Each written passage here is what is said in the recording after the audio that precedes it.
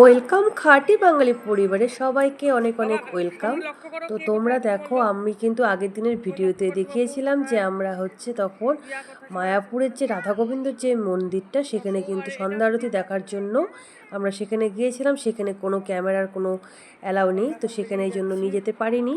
তো তারপরে কিন্তু আমরা কিন্তু সুন্দরভাবে আরতি দেখে ওখানে খুব সুন্দর করে যা যা মানে মানে এত ভালো লেগেছে, সুন্দরভাবে নাচ গান করে ওখানে, এত সুন্দর কীর্তনের তালে তালে সমস্ত কিছু আমরা কিন্তু সুন্দরভাবে উপভোগ করে ঠাকুর দেবতাকে প্রণাম করে আমরা কিন্তু তারপরে সেখান থেকে কিন্তু এখন বেরিয়ে যাচ্ছি মন্দির থেকে। তো বেরিয়ে যাচ্ছি, আর এখন কিন্তু আমরা বেরোবো হচ্ছে পিছন রাস্তাটা দিয়ে, কারণ পিছন দিক দিয়েই কিন্তু গেট দিয়েই আমরা ঢুকেছি। আমরা কিন্তু পিছন গেট দিয়েই বেরোবো, কারণ সেখানেই কিন্তু আবার একটা হচ্ছে ভবন আছে, সেটা হচ্ছে গদা ভবন। তো সেই ভবনেই হচ্ছে রাতে আমরা কিন্তু সেখানে প্রসাদ নেব। তো এই জন্যই কিন্তু আমরা পিছন গেট দিয়েই বেরোবো। আর আমরা যে নামহট্ট ভবনে ছিলাম, সেই ভবন থেকে এই মন্দিরটা মানে 2 মিনিটের রাস্তা, আর পিছন গেটটা দিয়ে। তো আমরা কিন্তু সেদিক দিয়েই যাওয়া আসা করছি আমরা। তো এখন কিন্তু আমরা বেরিয়ে যাচ্ছি, আর তোমরা ভিডিওটি দেখতে থাকো, আশা করছি তোমাদের ভালো লাগবে। আর তোমরা যারা আমার ভিডিও দেখো, তোমাদের যদি একটু হলেও ভালো লেগে থাকে, তাহলে একটা লাইক কমেন্ট সাবস্ক্রাইব করে দেবে প্লিজ, পাশে থাকবে। সবাই চুপ করে, সবাইকে দেখো, সবাই চুপ করে আছে। গোপাল গোপালি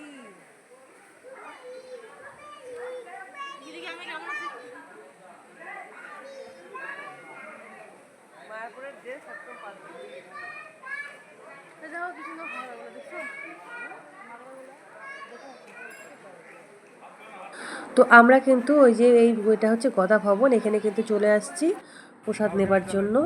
তো তারপরে তো আর কি বলবো বলো, তো বৃষ্টি হচ্ছিল, এত বৃষ্টি হচ্ছিল না, প্রচণ্ড বৃষ্টি হচ্ছিলো। এদিকে ছাতা নিয়ে যায়নি আমরা কেউ, যে এরকম যে বৃষ্টির কবলে পড়বো, মানে আমরা যাওয়া থেকেই বৃষ্টি, তো এত বৃষ্টি।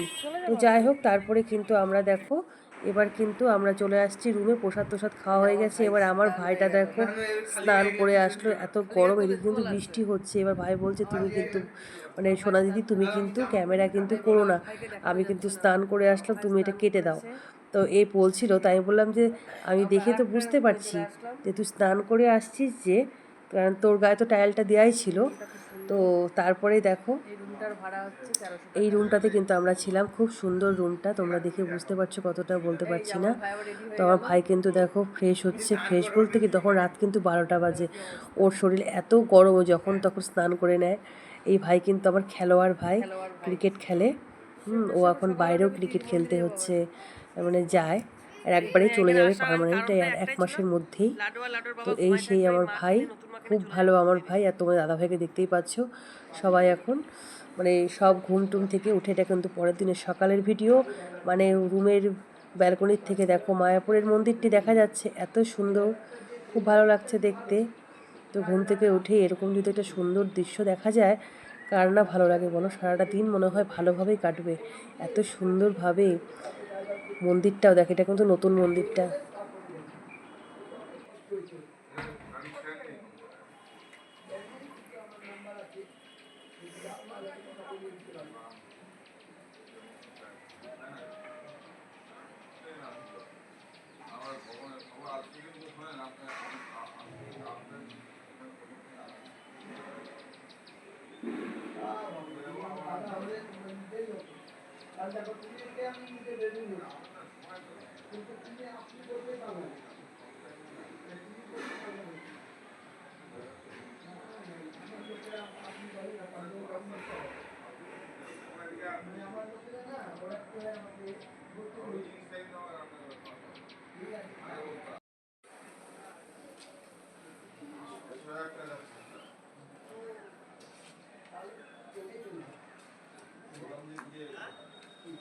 তো আমি কিন্তু সেখানেই দাঁড়িয়েছিলাম, দাঁড়িয়ে দাঁড়িয়ে সব লোকজন যাচ্ছে আসছে, আর বৃষ্টি হচ্ছিলো, বললাম যে বেরোতে পারছিলাম না ঠিক মতো টাইম মতো।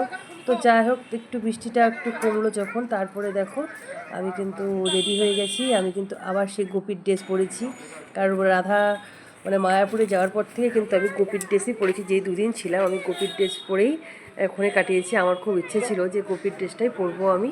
তো তারপরে এবার সাইট সিন করার জন্য, সাইট সিন বলতে হচ্ছে এখানে সমস্ত কিছু মন্দির তো মায়াপুরের, তো সেখানে না ফটো তোলা সব জায়গাতেই নিষেধ। আমি হালকা হালকা করে তুলেছি, যেটুকু তুলেছি তোমাদের সাথে সেটুকুই আমি শেয়ার করব। মানে ওখানে হচ্ছে মানে একদম নিষেধ করা ছিল। আমাকে তো পরে এখানকার যে মানে প্রভু সে বলছে ক্যামেরা বন্ধ, ক্যামেরা বন্ধ, মানে কি বলবো আর। তো তারপরে দেখো এবার কিন্তু ওখান থেকে বেরিয়ে আমরা একটা টোটো ভাড়া করেছিলাম, সেই টোটো করেই আমরা কিন্তু আশেপাশে যেসব মন্দিরগুলো আছে সেখানে কিন্তু গিয়েছি। কোন টিকিটটা কাটে নাও, ওই প্রভুটাকে বলে দাও, ভাই ভাই ভাই ভাই ভাই ভাই ভাইকে বলে দাও, ভাই প্রভুকে। এটা হচ্ছে, এখানে হচ্ছে নিমাইয়ের জন্মস্থান। তো এখানে হচ্ছে এই যে রজনীগন্ধা ফুলের মালা আর তুলসীর মালা এখানে বিক্রি হচ্ছিল। সব 10 টাকা করেই নিয়েছে আমাদের কাছ থেকে, সবাই আমরা নিয়েছি। আর তো এখানে হচ্ছে বললো যে মানে স্বামী স্ত্রী দুজনে দুই জায়গাতে এই মালা আর তুলসীটাকে দিতে বললো। তো বাইরে তো সবসময় ওরকম তো যাওয়া যায় না, তো ওখানে হলো তখন আমরা সবাই কিন্তু কিনলাম একটা করে ফুল আর হচ্ছে তো না না হয়ে গেছে।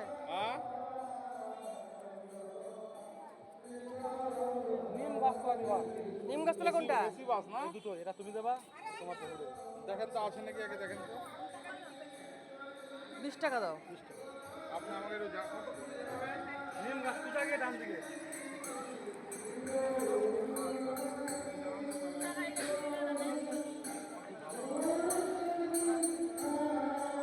ওজা গিয়ে ডান দিকে বললাম মা, এদিকে পুকুর। এটা গাছটা দেখা, তাহলে তাহলে একবারে চলো এদিকে দেখে আসি।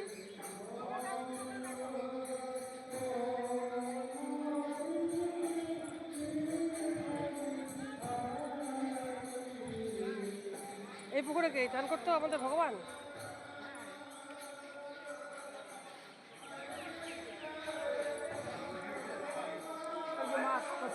জলের সামনে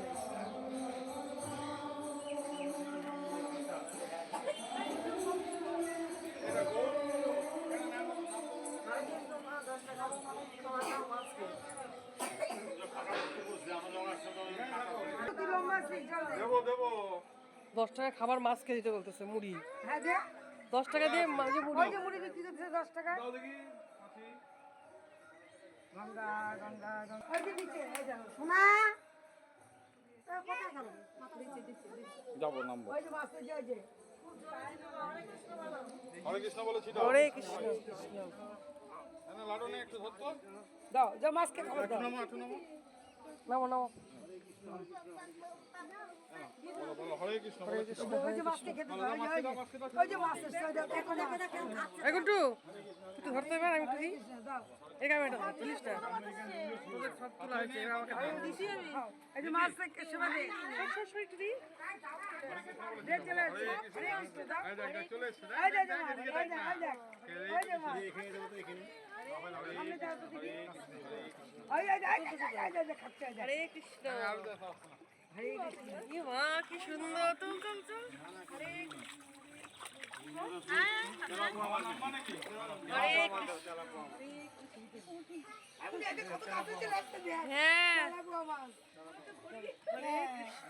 হরে কৃষ্ণ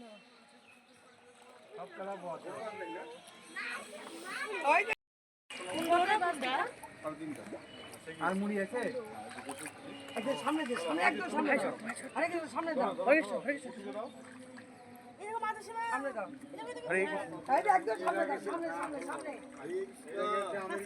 ওইদিকে হা করে যাচ্ছে, হা করছে, কি আশ্চর্য না। আমি আসছি না না না,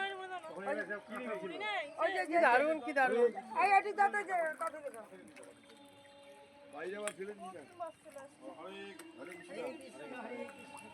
হরে কৃষ্ণ হরে বাবা মাছ দেখলো বাবা এই যে মাছ কত দেখো বাবা বাবা তোমার জলে হাত দি দে সাপকে একটু খাওয়াই দি দে। সাপ ওই দেখ সাপ ধরা সাপ ওই যে জলের মধ্যে চলে ওই গেল যে সাপ সাপ সাপ সাপ চলে গেল চলে গেল ওই যে সাপ ওই যে না না কিছু হ্যাঁ ওরা মাছ খেতে আসে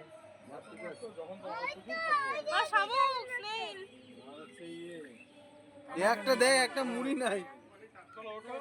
দেরি করলে হবে না ভালো থাকো সুস্থ থাকো পাশে থেকো টাটা।